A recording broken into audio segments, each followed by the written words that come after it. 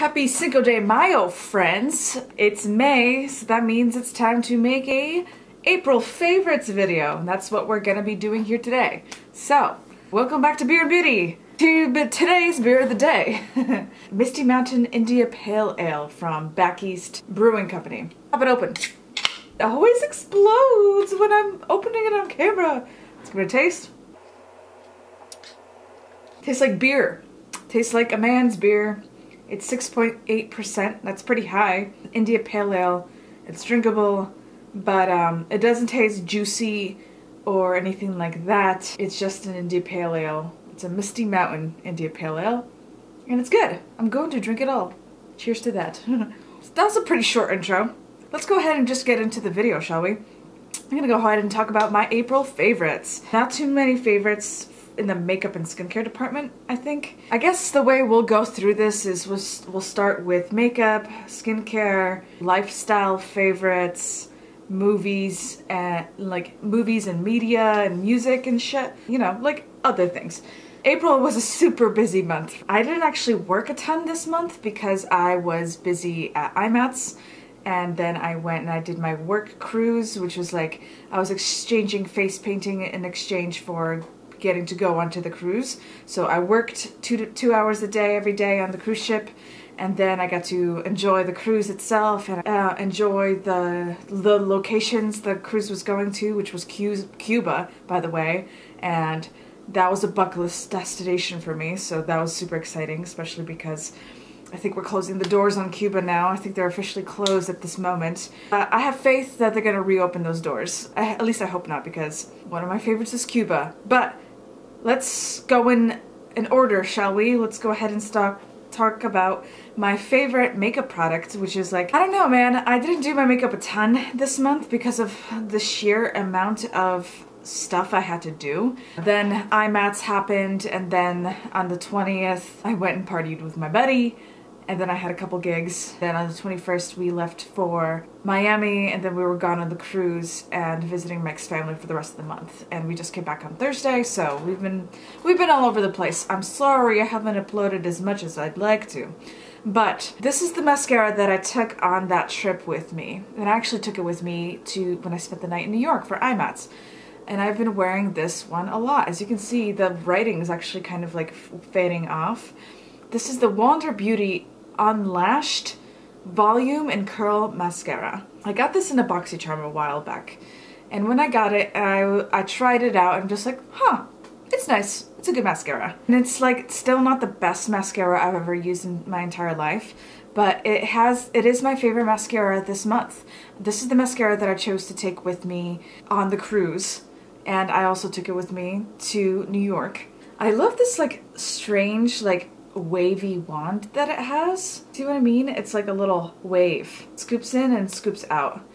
I wonder if it's like that because I squeezed it. But it's got like a squeezy tube, and you can still feel that there's a good amount of mascara product in here.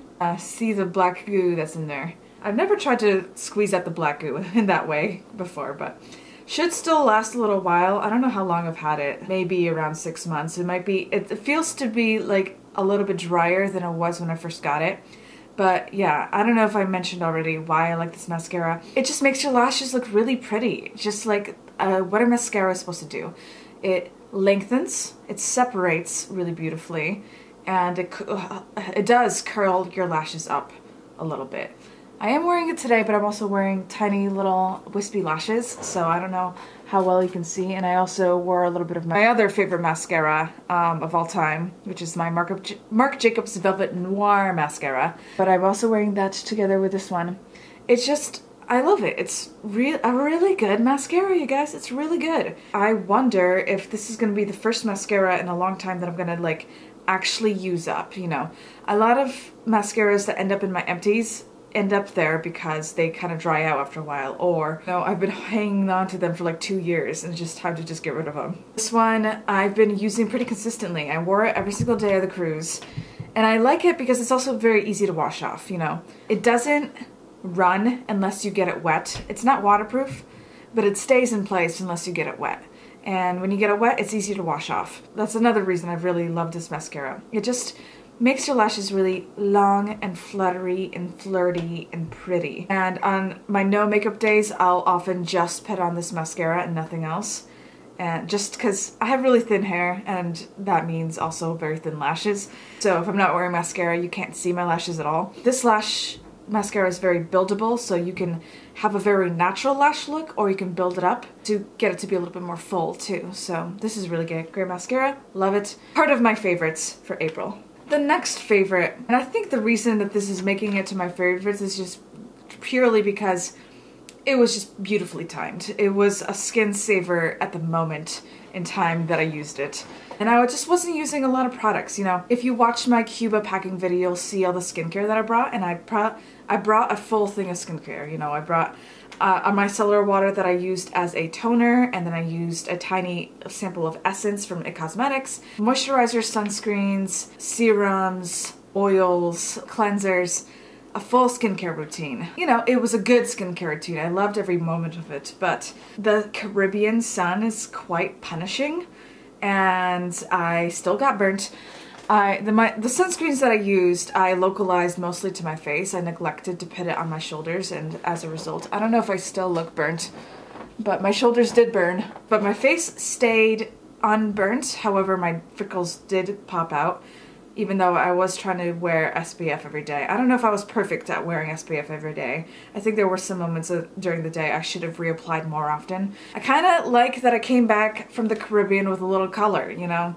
Isn't that what's supposed to happen?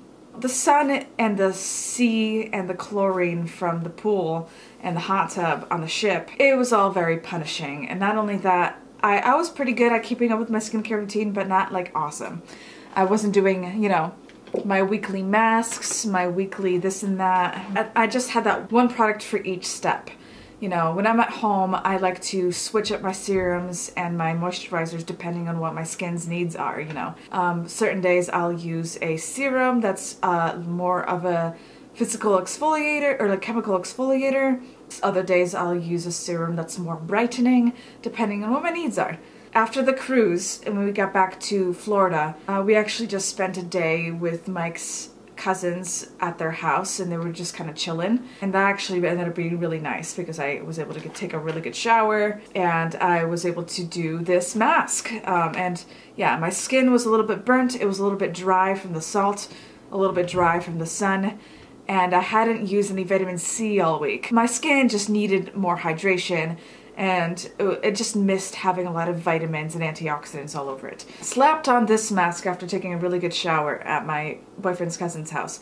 This is a mask that I got inside of an Ipsy bag. This is called Surplus Medic Age Control and Multivitamin Mask.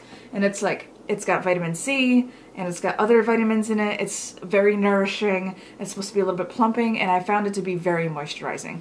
I ended up, you know, I put this mask on and I left it on for the full 20 minutes because my skin felt a little parched, a little dry, a little burnt. That felt luxurious, but like not like too cold or abrasive. And then it was so serumy and it was so nourishing. I ended up putting it all over my décolleté and all over my shoulders, and I think on my arms too, because my arms were pretty burnt. And I think I even put it on the back of my neck and on my ears. So I put the mask everywhere. It was a self-care experience, you know what I mean? I felt like my skin didn't have everything that I needed, but it was doing way better after I did this mask. It was soothing for my burnt skin and my dry skin. Definitely moisturized, definitely give it some nourishment and some plumping. And vitamin C is really good for after the sun too, you know. If you are using vitamin C every day, definitely use lots of SPF because vitamin C is supposed to counteract the effects of the sun. It's kind of like, in my eyes, for me, the way it works for me, I feel like it works similarly to aloe vera. It's supposed to be nourishing and an antioxidant for the effects of the sun, you know. Your skin can sometimes be kind of like an apple. It likes oxygen, it needs oxygen. Without oxygen, it would not exist. However, too much oxygen and too much effects of the environmental world, just too much air on it will give it a little brown spots. It'll get a little brown spots. And that's what freckles are. Vitamin C kind of protects you from that, and adding a little vitamin C to the apple or to your skin will protect it from the effects of oxygen and environmental stressors. And I definitely felt like this was a lifesaver in that way. I really love this mask, and it was a really good experience using this after a week in the Caribbean, for sure. This is a favorite, April favorite. Like I said in the beginning of this whole spiel, if I hadn't spent a week in the Caribbean, I don't know if I would have loved this mask as much. I think I still would have really liked it. It's a really good mask. But the fact that it was such a lifesaver after the week my skin had makes it a favorite. It makes it like a standout thing that happened to my skin. Next up! Okay, so this is my no-buy year, right? So that means I'm not really trying out a lot of new things. Those two things were things that I kind of had in my collection already. I got the mask from Ipsy, and I got the mascara from BoxyCharm. I've had this mascara for a while, and I've actually quite enjoyed it for a while, and it's just making it into my favorites now just because of the sheer amount that I was using it this month and how much it was working for me. I'm gonna share something with you that I only used one time, and I think the reason that I love it is because it just kind of speaks to me because of just the kind of product that it is, and how just like, oh my god, how come I've never heard of this? This is great. And I only used it one time. It was in my boyfriend's cousin's shower. And Butchie's wife is Jenna. Jenna had this shower oil from Glossier in her shower. And it's just this rose-scented shower oil. And when I saw it in her shower, and I was, you know, I was in the middle of taking a really good shower. I was shaving, I was exfoliating, I was washing my face really nicely, exfoliating. I was washing my hair really nicely, getting to the scalp, you know. Like this video, if you're after a long trip, you look forward to that really good shower when you come back. You know what I mean? Like, you get to use your favorite stuff. You get to wash up really good. You're gonna shave. You're gonna spend some shower time. Some quality shower time. I spent some quality shower time that morning while Butchie and Jenna were at work, and they were just like, go ahead and use the shampoo, go ahead and use what you know, make yourself at home, get comfortable, get washed up, do what you do. And so I saw this Glossier shower oil, and I'm just like, oh, I have to try this. I've never tried anything from Glossier before, by the way. And the smell of the shower oil was just like luscious, almost too fragrant rose fragrance. It was just this beautiful rose scent. And if you watch any of my empties videos, I love rose, you guys. Like, I don't know what it is, but something, it kind of reminds me of my childhood a little bit. Like, my grandma used to use like rose scented rosary beads. I'm such a weird Christian kid. My grandma used to have these rose-scented rosary beads, and I think that's what it reminds me of. Like, anything that's rose-scented brings me back to being a kid and my grandma praying the rosary with her rose-scented rosary beads. It was like a super moisturizing shower oil, and it just filled the shower up with this gorgeous rose scent. I just love shower oils to begin with, and I've been interested in Glossier, and this shower oil just smelled so divine, and it was such an experience being in that shower and getting that really good shower in and getting to use this awesome product for the first time.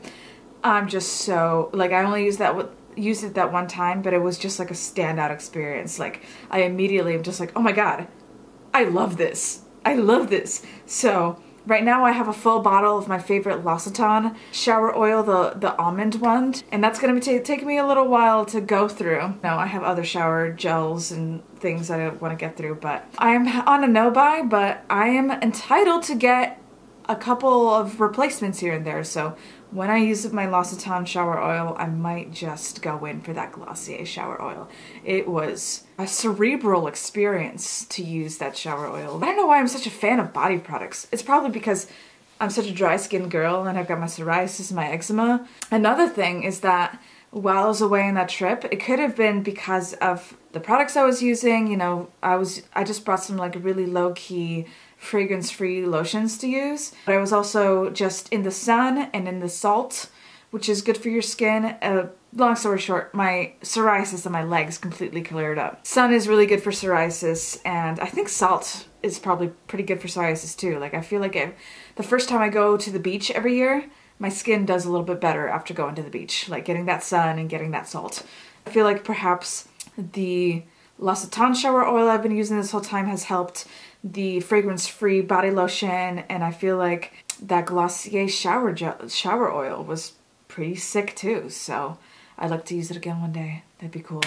Okay, I guess you could call this a fashion favorite. I finally ordered new glasses after getting my last eye exam. I desperately needed new glasses because the glasses that I had scratches all over them. They were hard to see out of, but also because my prescription had changed. So I went onto ZenniMax.com and I bought some new glasses and a pair of sunglasses. So I'm going to show them to you right now. Where are they? So here's the first set of glasses that I ordered that I've been wearing like a ton. I really wanted to have a pair of clear frames, and that's what these are. They aren't exactly what I wanted. I wanted something a little bit more cat eye, but these are really cute, and I've been getting a ton of compliments on these. And I feel like I've been recommending Zenni.com to people for like at least 5 years. I've been telling people, go to Zenni.com. I got these shits for like $25. And by the way, $25 including like blue light blocking lenses. Like they have a little bit of a yellow tint that are supposed to help to block blue light. It's been a really strange sensation because the yellow tint obviously makes everything look a tad more yellow. And I don't know how much it's helping my eyes from my phone. Honestly, because I'm nearsighted, I need glasses to help me see far away. When I'm watching YouTube videos on my phone, I'm not usually wearing my glasses, though I wear my glasses a lot of the time because, I don't know, I want to be a thoughtful observer of the universe, and that means I would like to see things around me at all times in full clarity. Do you know what I mean? Am I wrong? So these are the ones that I've been wearing the most. These are just my regular everyday glasses that I've been wearing. And I made this order specifically right before Cuba because I needed some prescription sunglasses. So I got these ones. These have been like really good. Like they're just regular prescription sunglasses that protect my eyes and make it so I can also see. The whole entire time I was in Key West in Cuba and Haiti, I was wearing these. And god damn it, when I got off the boat, now New England is pretty gloomy and rainy and dark. And the second we got off the boat in Key West, I was still wearing these. I'm just like, ugh, I can't see anything. I'm wearing sunglasses and it's still too bright. I don't know how much UV protection these sunglasses have, but it was absolutely necessary to have some prescription sunglasses on that trip because I'm not one to wear sunglasses unless they're prescription. I don't like wearing sunglasses that don't help me see. Like I end up like losing those or stepping on those and forgetting about those because I don't like to wear them because they don't help me see. And especially because I can't wear them while I'm driving. There was a moment in time where I would just like layer up glasses. Like I'd wear my regular glasses and I put sunglasses on top of them so I could drive with sunglasses on. But that's just too crazy. These are really nice and simple and like everyday sunglasses. And they're really stylish. Like I feel like I look like a cool bitch. I feel like a cool chick. I've been loving these sunglasses quite a bit. They're very stylish. I wish they were a little bit bigger, honestly. And then the last pair of Zenni glasses were these very cliche looking cat eyes. I haven't worn these a ton. I got these glasses right before I went on the cruise. I took these two with me and I was just like, I don't need to bring the cat eyes. Like I will not look like a local with the cat eyes on. And these are cute. I haven't been wearing them a ton because I don't know, I like them to be more lifted. I feel like they're strangely like give me a little bit of a unibrow effect, you know what I mean? In general, ZenniMax has been a favorite of mine for years. I don't know if I can include a referral link below because I feel like I'm constantly recommending ZenniMax to people.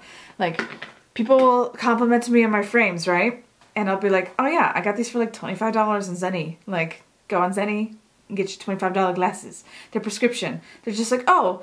And when I tell them that they cost me $25, they're like, oh, are they fake? I'm like, no, they're prescription. However, the glasses industry is full of bullshit. Full of price inflating bullshit. Stylish ass glasses. I fully support Zenni, even though my optometrist doesn't like Zenni for whatever reason, just because I think he doesn't like the coatings on the glasses because he finds them to be like cheap and easy to scratch. And sure, probably, why not? But if you're somebody that wants to have different glasses for different looks and you don't want to be afraid of Remember getting your first set of glasses when you're like 11 and then accidentally leaving them in the lawn while you're jumping on the trampoline, and then your brother runs over your glasses with the lawnmower and you have to confront your parents and tell them about how of a bad girl you are for getting your glasses all ruined, and now they gotta pay another $300 to get you some new glasses. You don't have to worry about any of that with these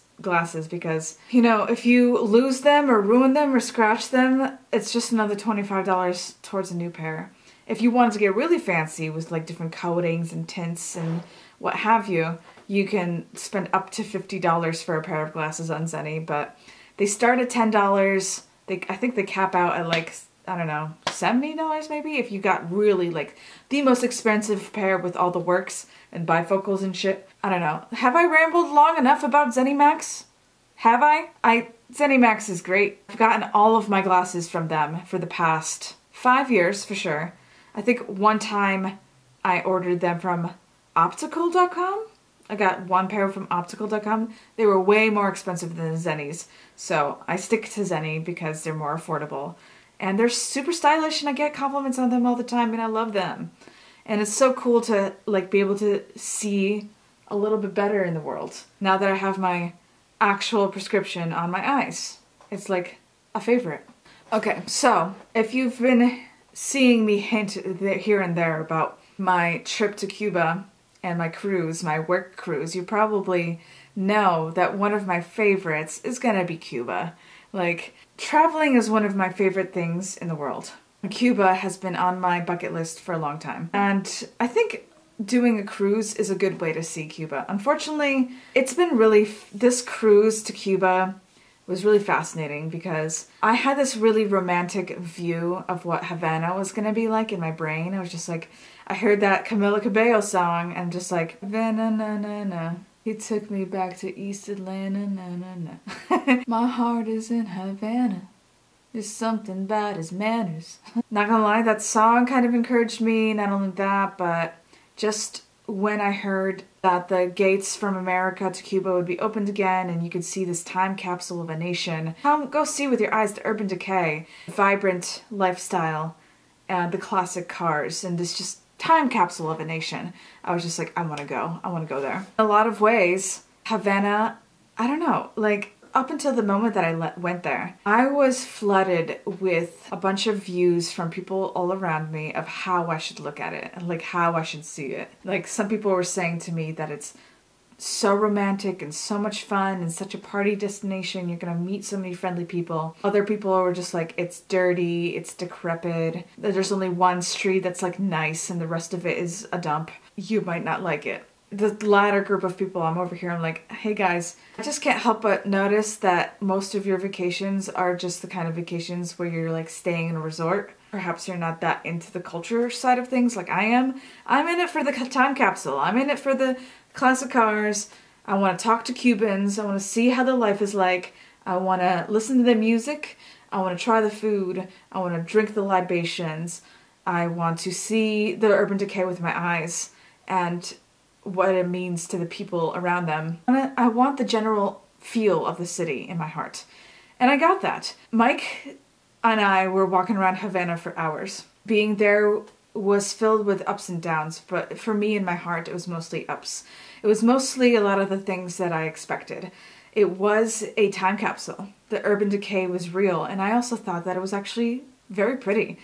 Mike, as he was walking around with me, as we spent a little bit of time taking it all in, he admitted to me that he kind of thought that it was prettier than Barcelona. Maybe not prettier than Gothic Quarter Barcelona, like Gothic Quarter Barcelona is like gorgeous. It just seemed so honest. And it's a city that has a lot of heart. Absolutely so much heart. Every single person we talked to, like you could feel a little bit of pain in their heart. You could feel that their lives weren't completely easy every step of the way. Whose is? I don't relate to anybody who has had an easy life. Okay, guys? Like this video if you don't relate to anybody who has had an easy life. But the low light and the classic cars and the friends we made in Havana, like Mike was drawing lots of pictures of the locals. And, you know, they never had it like money to tip us, but that's not what Mike was doing the caricatures for. I love when Mike does caricatures of the people that we meet because it makes a connection, you know? We make a connection in that way. Over art, over entertainment, over connecting. And I think that was so special. There was one family late at night in Havana that we went into their little family-run bodega and we bought a bunch of bucaneros. Mike drew caricatures of their kids and the kids loved it. And I was actually really surprised to a country that has very limited access to the outside world, how many English speakers we interacted with. Certainly less English speakers than in Europe, than in Canada, but a lot of English speakers. We were able to communicate pretty well. Of course, I've been taking Spanish classes, so that helped me a little bit too. Like, there was one day we had to take a pedicab, and the driver of the pedicab, he claimed to know some English. He didn't know any English, so I was able to explain to him in Spanish, like, we'd like to go on a small tour. We have to be at the cruise port at 5 o'clock. We'd like to see a little bit more of Cienfuegos if we can. And he understood, and the pedicab tour that we took was really nice. I really just want to go back. I feel like I didn't get enough of what I wanted. Of course, there was so much beautiful art, so much beautiful music that I heard downtown, and I really wanted to ride a Coco taxi, and I saw a lot of Coco taxis. I didn't get a chance to ride one.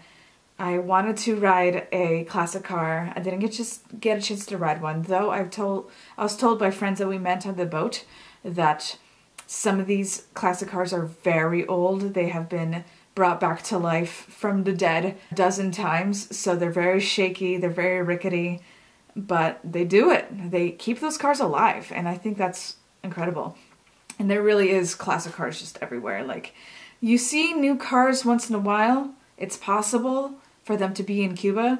However, the import taxes are insane, so it's not like a common thing. Even like Mack trucks and work trucks are all these like 50s style Mack trucks and work trucks, which is very cool. To know if I already mentioned that there was art everywhere, beautiful art in Havana, but even more so in Cienfuegos. Like, Cienfuegos had a lot of galleries and places to see art. The Camera Oscura in Havana was very cool to see. We went to go see the one microbrewery in Havana, and that was really incredible. You know, the locals that we met all had a very warm, friendly attitude. You know, there is a part of my heart in Cuba now. So glad I was able to see it before the doors were closed on it. I hope they reopen again soon because I want nothing more to go back. I really want to go back to Cuba. Next time I'm going to learn more Spanish because I also we made friends with this Argentinian couple on the cruise ship. And the wife absolutely did not know any English at all. I tried to have the best conversation I could with my limited Spanish knowledge, and I think she appreciated it. And they did give us their phone number, so we can go visit them in Argentina. And I guess that's another encouragement for me to learn more Spanish. So I can go visit them in Argentina, and I can visit more Latin America and learn more Spanish and more of the Caribbean. You know, Cuba was incredible to see, but now I'm really interested in seeing Belize in Nicaragua and Panama and even Honduras and more of Mexico. I want to go. I've never been to Oaxaca, Mexico, and one of my bucket list things that I was hoping to get done last year, but I never got around to it, was to go hike some Mayan ruins. It's good sometimes to not do every single thing you wanted to do in a place, because now you have an urge to want to go back. I think it's important for people like me or anybody who's visited Cuba from America to have that yearning, because the doors are closed right now and we need people who it meant something to have that experience being in Cuba, to fight for a reason to open up those doors again. Does that make sense? I hope so. Visiting Cuba was amazing. I didn't love Labadee just because I didn't feel like Labadee was in a cultural experience. Like, it was just like an extension of the boat. You know, you could use your SeaPass card to pay for drinks at Labadee, and you couldn't actually leave the resort area. So I didn't like that. I felt a little bit like a prisoner in that way, you know what I mean? Not only am I forced to pay $8 for a drink, it's Haiti. I want to see what the locals actually live like. These beaches are really beautiful. Thank you for cleaning them up so nicely. The sand is really soft and the landscape is really nice. And I was able to use Wi-Fi a little bit of data on my phone. That way I didn't have to pay $20 a day on the boat for Wi-Fi. That's completely insane. But yeah, I wish we were able to see the real Haiti, not just the resort area of things. The Labadee, the area of Haiti that's owned by Royal Caribbean, it's beautiful. And we were able to get a couple of really good pictures. Come check out my Instagram to see more pictures. I made some really cool videos of Cuba and pictures of Cuba, and also Key West, and also Florida and Houston. Houston's coming soon, so check all those out. I think it was really fun. And I would do it again. I would do it all over again. And I also loved the cruise itself. Like, I've done one of these face painter cruises once before. This cruise was an 8-day cruise, and I face painted about 1 or 2 hours a day. And on the Havana day, I got the day off. Really got a chance to enjoy the cruise this time. The last cruise I did was on the Symphony of the Seas. It was the inaugural voyage on the Symphony of the Seas. And I face painted on that. You know, that was incredible to be on the largest cruise ship on Earth during its inaugural voyage. How cool is that? And I got to face paint on it. I got hired to do this. However, they worked us raw. Like, they were having us face paint, even on port days, anywhere from 4 to like 9 hours a day. Like, that's too much. By the end of the 5-day cruise, both me and Mike's hands were just like not feeling okay. Like, they were just like a little bit too much. So it was nice to have a cruise that I actually was able to enjoy. I actually had to ask Empress of the Seas to like have me work more, because in the beginning it was just going to be the at-sea days, 2 hours every day for the at-sea days. I'm just like, I'll work during the port days, like after all aboard, like have me work, like I want to be useful. So they ended up asking me to do 1 hour during the port days, and I still was able to hit up all the different bars. We did a wine tasting. It was actually not that good. It was a little bit too crowded, too many people, a little disorganized, but yeah, did the hot tubs. We got to see a lot of the comedy shows. There was one comedian that was really good. His name was Chris Murphy. He's from New England. So like his little New England jokes were really vibing with me.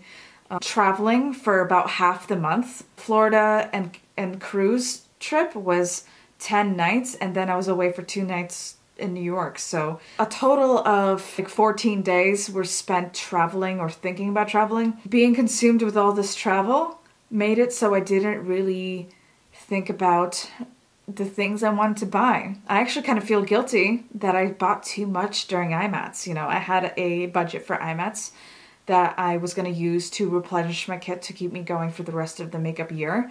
And I used it all up, and I actually went over the budget a little bit, and I felt a little bit better about that, especially because I bought a bunch of eyeshadow palettes that I probably didn't need. After IMATS, I did not really think about things I wanted to buy anymore. And yeah, travel is a really nourishing experience for your soul, and it's a nourishing experience for your life, and it makes it so you don't feel like you need to fill the hole in your heart with makeup products that you want, with just like things you want to buy. Instead, you're filling it with experiences, and I think that's amazing, and I encourage people to travel all the time. Okay, so, and before we went home. This is technically May 1st at this point, because we were traveling home on May 1st, but we had a long layover in Houston, Texas. And I think it was an 8-hour layover. And we decided that we're going to go out into Houston and just explore a little bit of Houston. I've never been to Houston before, so I was kind of interested. I wanted to see what life was like in Houston. And guys, I love Houston. Houston was so cool. Texas is a state that has some political problems. I think it's a politically torn kind of state. It's a big state. Everything's bigger in Texas. Perhaps what I'm saying is very controversial, I don't know. I've visited Texas a couple times before. Texas is a pretty diverse state with a lot going on, and Houston's very different from the other cities I've visited. You know, I visited Amarillo, I've driven through West Texas, I've driven all the way through Texas, and I visited Dallas before. And Houston's very different from all those cities. Downtown Houston is very like commercial and like lots of office buildings and stuff. There's a Discovery Park that is really nice. They had this beautiful, like, it was like a walkway filled with all these pinwheels.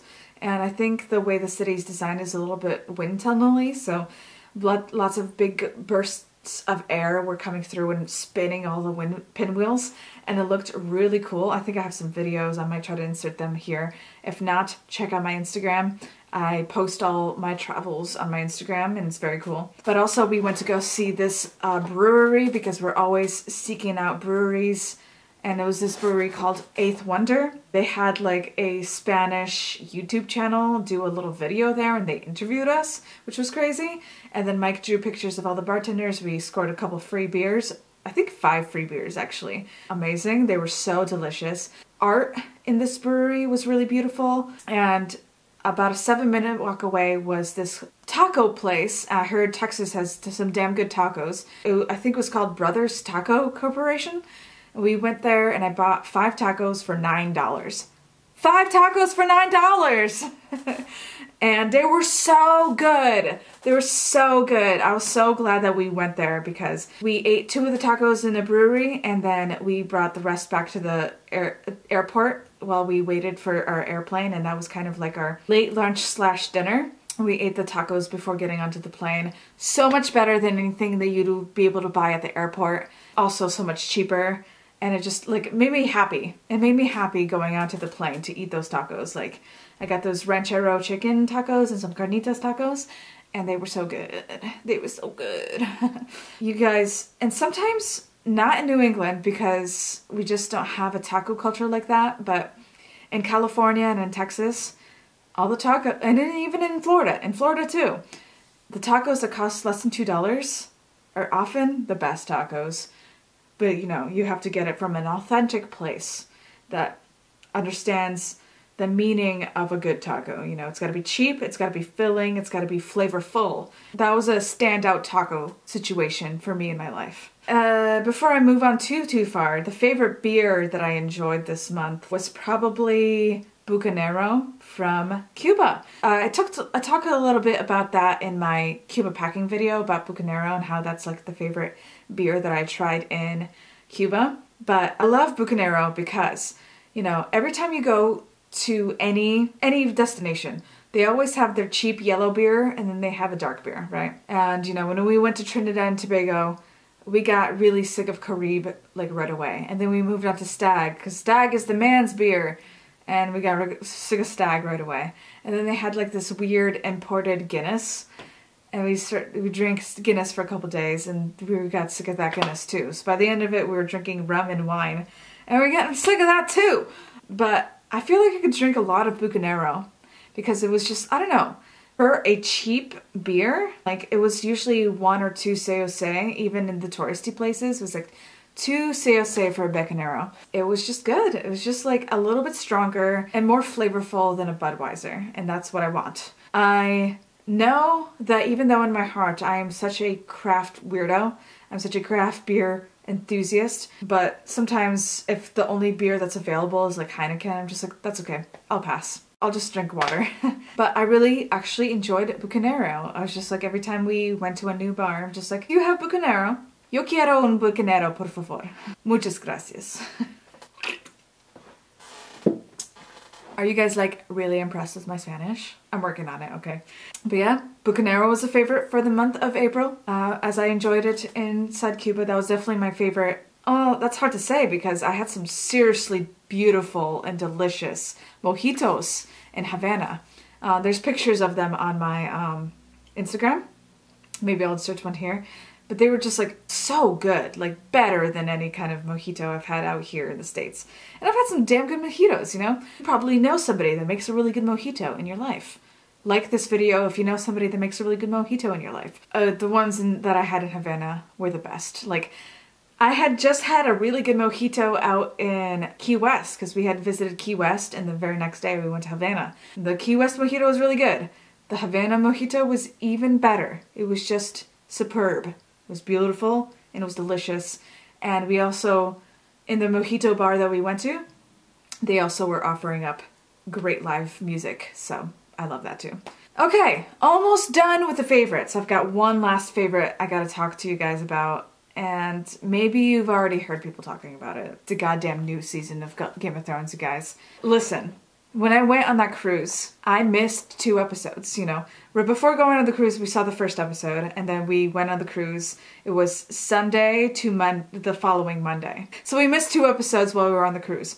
So the second we came back to Mike's cousin's house, the first thing that we wanted to do was just like smoke some weed and watch Game of Thrones because we missed 2 episodes of it. I'm not gonna give away too much, but it was just interesting how the second episode was all dialogue and the third episode was almost no dialogue. It was mostly just action. Did anybody else notice that? I thought that was brilliant. And I had heard so much hype about that third episode, you guys.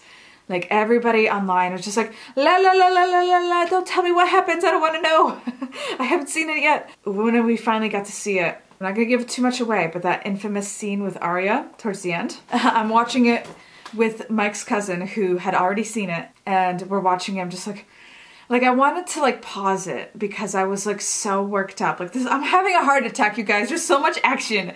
Everything seems so hopeless, right? And then that scene happened and I'm just like, I'll try to reenact what happened. First my reaction and then like, or Mike's cousin's reaction, Jenna's reaction. I was just like, I'm watching this scene, right?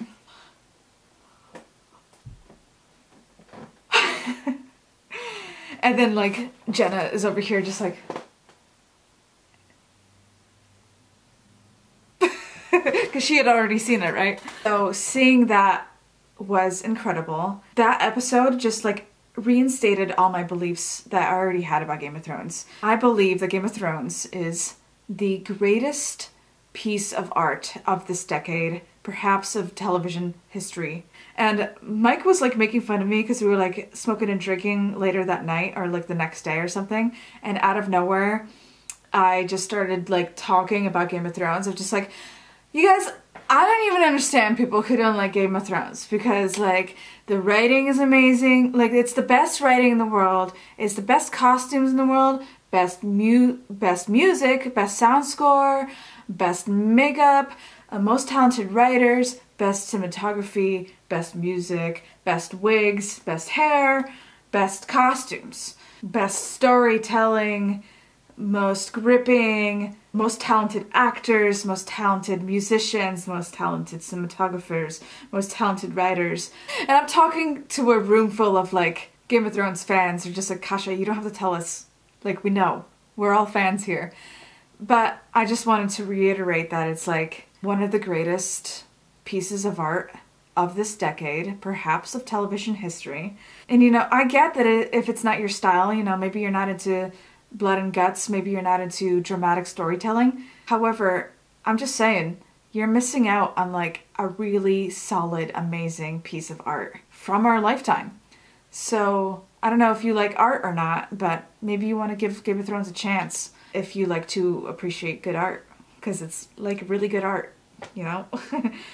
And apparently Mike's mom, my boyfriend's mom, was telling me that she saw an interview with Emilia Clarke, who plays Daenerys. She said that, oh, if you think that episode 3 was breathtaking and crazy and a lot for your heart, just wait to see episode 5. I'm just like, okay. Tonight is gonna be episode 4, so let's see about episode 5. I can't wait. But every single episode this season has been a lot, and it's been incredible, especially episode 3. Oh my god, so much action, so much of a roller coaster, so many emotions in my heart. So that's it, guys. That is my April favorites. It's been a really interesting April favorites. Like I said, there wasn't gonna be a lot of skincare and makeup this month. There was a lot of bit more experiences, and Game of Thrones is a big deal. Like April was like not a lot of stuff happened, not a lot of makeup products were tried, but also at the same time a lot of stuff happened and a lot of makeup products were, I only picked a few favorites.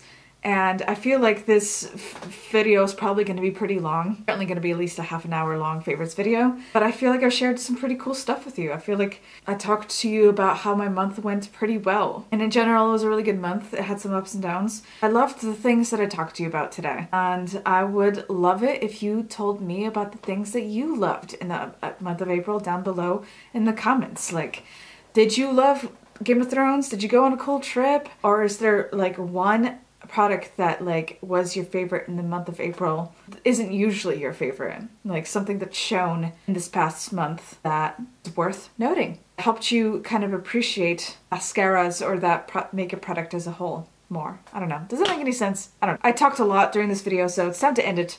Thanks so much for hanging out with me, you guys. Check out my last video about the Ipsy bag unbagging because that is gonna have a giveaway included. That's probably still running. I'm gonna keep it running for like a week before I pick a winner. So if you'd like to win some makeup, go check that out. I hope you really liked hanging out with me. I loved hanging out with you. And until next time, I hope you subscribe. I've been loving hanging out with you guys more and more lately, and May is gonna be a tough month for me, guys. Just giving you a heads up. It's getting to be my busy season for makeup. Like, I'm a makeup artist, and May is a season of proms and outdoor parties and weddings, including my sister's wedding, for which I am the maid of honor, so I'm gonna be gone during Memorial Day weekend completely. I'm just not gonna be around. I'm gonna be too busy working and being part of that wedding. You're gonna be seeing me a little bit less in May. I hope that you subscribe so you can see me back again in June. I'm still going to be doing quite a few videos in May, but they're not going to be really research-intensive videos, a little bit longer videos, a little bit more tutorials, but those take longer to make, so I don't know how many of those I'll be able to make, but I'll try to make as many videos as possibly can. So subscribe to keep up with me and seeing those videos. Let me know down in the comments below what videos you'd like me to make, what would be most beneficial to you as a viewer. And yeah, until next time, thanks so much for hanging out with me. I hope you learned something. And until next time, cheers. Bye.